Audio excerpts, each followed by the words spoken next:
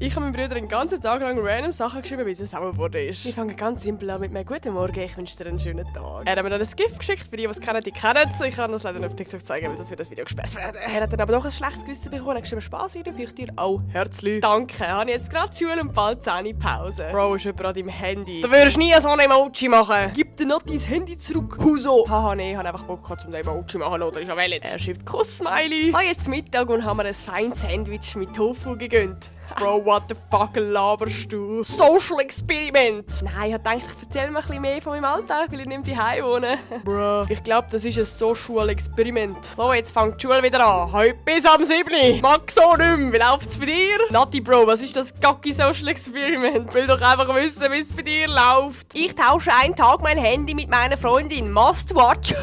Arbeiten. Ich wäre netter zu dir, wenn ich wüsste, dass es nicht irgendein Prank/Experiment ist. I remain unconvinced. Ich bin nach wie vor nicht überzeugt. It's me.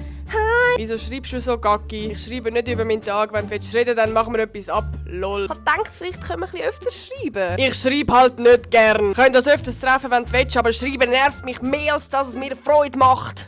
Das habe ich ein bisschen persönlich genommen dann. Schreib der Joel! Meiner Schwester. So, endlich die Hei. Hat du gute Nacht. Nachher hat er einfach nicht mehr zurückgeschrieben, der Hus. Schreib in die Kommentare mit, ob ich das sonst noch machen von meiner Family.